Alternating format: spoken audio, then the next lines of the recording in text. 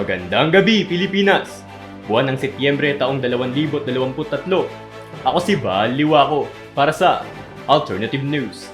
Naghahatid ng mga alternatibong balita para sa inyong mga interdimensional cable. At ito ang mga nagbabagang balita ngayong gabi.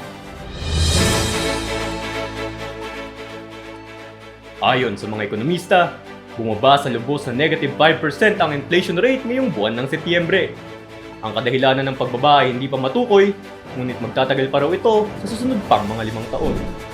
Ayon sa Economy Union of Tacloban o IUT, maaaring resulta ito ng kaalaman ng presidente pagdating sa pamamalakad ng isang bansa at galing nito sa pag-unawa sa tamang hakbang upang mapaunlad pa ang ekonomiya.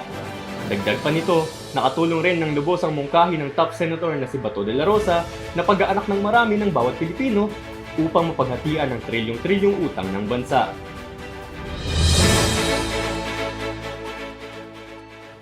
Inilabas ng National Foods Authority o NFA ang kanilang mga murang bigas na walang bato na kanila namang i-endorso sa mga pampublikong pamilihan. Ayon sa NFA, 20 pesos pa rin naman ang kilo ng mga bigas na ito gaya ng naipangako. At hindi na raw magkakaroon ng batong muli na nakahalo sa mga bigas dahil nakatalaga na si PDEA ang patuloy na paglaban sa problemang ito. Nakakatuwang balita! Bansang China, binigyan ng isla ang Pilipinas. At nagpainom pa sa mga barko ng Coast Guard. Matatandaan na hindi lang ito ang unang interaksyon ng dalawang panig dahil dati pa man ay mabait na ang mga barko ng China sa mga mangingisdang Pinoy at Coast Guard. Patuloy rin nilang sinasabi na West Philippine Sea at hindi South China Sea ang karagatang nasa pagitan ng dalawang bansa. Ngunit nahihiya naman ang Pinas na tanggapin ito dahil baka magmukha tayong gahaman.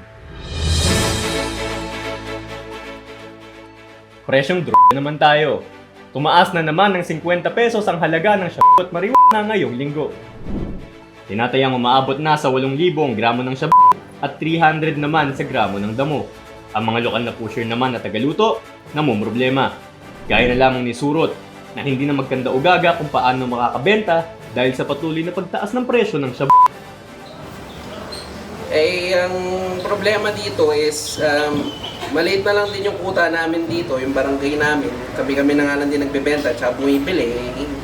Nagagalit sila, bakit daw tumataas yung presyo ng shop? Negative 5 naman daw yung inflation rate natin ngayon.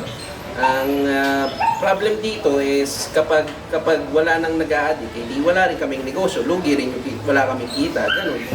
Ang mahirap pa dyan, kahit ngayong panggamit ko sarili, hindi ko na rin mabili. Kaya nananawagan ako sa presidente natin na si Bongbong Marcos na sana naman ayusin niya na uli yung presyo ng mga shabu tsaka ng marijuana para naman maayos din yung benta namin.